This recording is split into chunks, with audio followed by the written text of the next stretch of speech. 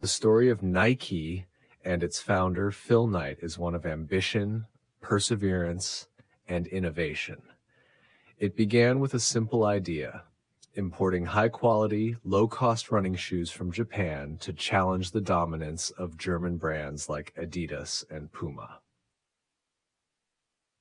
The birth of an idea, 1962. Phil Knight was a middle-distance runner at the University of Oregon, coached by Bill Bowerman, a legendary track coach. Bowerman was obsessed with designing better running shoes to give his athletes an edge.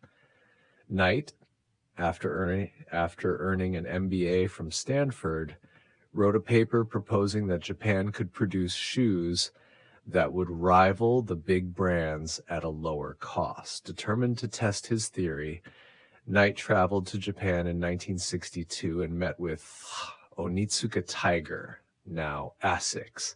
He convinced them to let him distribute their shoes in the US, even though he didn't have a company yet. When asked for his business name on the spot, he improvised Blue Ribbon Sports, BRS. The struggle years, 1964 to 1971. Knight began selling the shoes from the trunk of his car at track meets. Bowerman, impressed by the product, joined as a partner, refining shoe designs. They worked tirelessly, but financial struggles plagued them. BRS depended on Onitsuka for supply, but when the Japanese company tried to cut them out, Knight knew they had to create their own brand.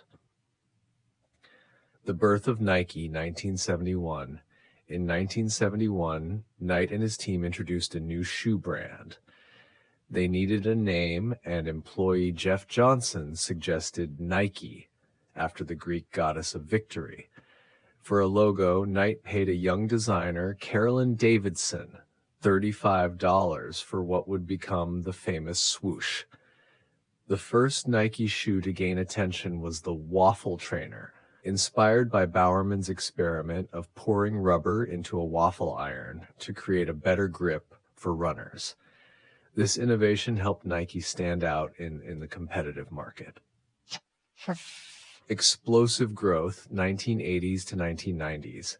Nike's big breakthrough came in 1984 when they signed an unknown rookie named Michael Jordan. The Air Jordan sneakers revolutionized basketball shoes and turned Nike into a cultural phenomenon. In the late 1980s, the Just Do It campaign further cemented Nike's dominance. Throughout the 1990s and 2000s, Nike expanded globally, acquiring brands like Converse and becoming a leader in apparel, accessories, and sports technology. The legacy of Phil Knight. Phil Knight stepped down as CEO in 2004, but his influence remains. His memoir, Shoe Dog, details his journey, showing how a simple idea, selling Japanese shoes, evolved into one of the most iconic brands in history. Nike's success is built on innovation, marketing genius, and relentless ambition, all traits Knight embodied from the very beginning.